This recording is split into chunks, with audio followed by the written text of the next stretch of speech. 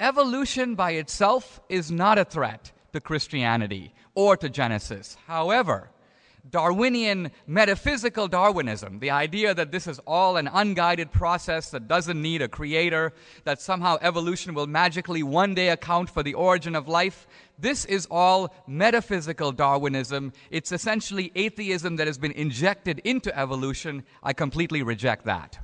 Can I respond to that? If you'd like to, for a minute. You write in your book, it seems improbable that the small group of intelligent design advocates is right and the entire community of biologists is wrong.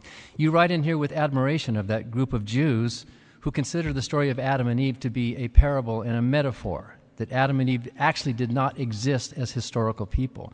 I applaud you for that. That's good liberal thinking. That's good. Adam and Eve did not exist. Otherwise, who were the first human beings? It was like when Jesus told the parable of the prodigal son, that wasn't really a person, and Adam and Eve were not really people either, and that's, I think, how you and I both see the Genesis story as an attempt by primitive people to try to make a fable. And by the way, look up the word fable in the dictionary. It's a moral tale that involves a talking animal. They invented this fable to try to give some meaning, but Adam and Eve did not exist historically. And I think you agree with me. Well, let me answer that. Because the word Adam means the original man. So in that sense, you can say, was his name Adam?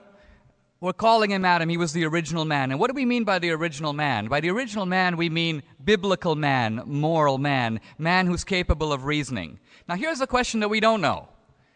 Were there any other beings on the planet before Adam and Eve, or while Adam and Eve were alive? The Bible leaves this question open. Why? Because Adam and Eve had two children, Cain and Abel. Cain killed Abel and then moved to another country. Was he alone? He obviously married and had children. Whom did he marry? Eve? His mom? So the point is, the Bible leaves open the question of whether or not there might have been other creatures on earth, even though Adam and Eve, in a sense, were the first.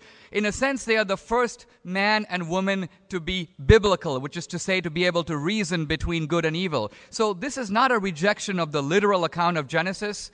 It's an attempt to try to interpret it in an intelligent way. Here's the thing we should remember as Christians. The Bible is inerrant, meaning free of mistakes, but we're not.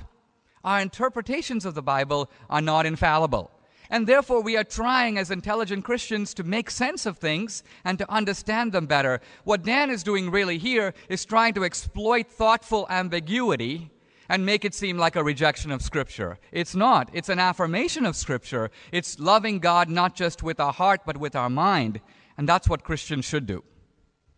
Very good. Dan, one of the best questions we actually got was from an 8th grader.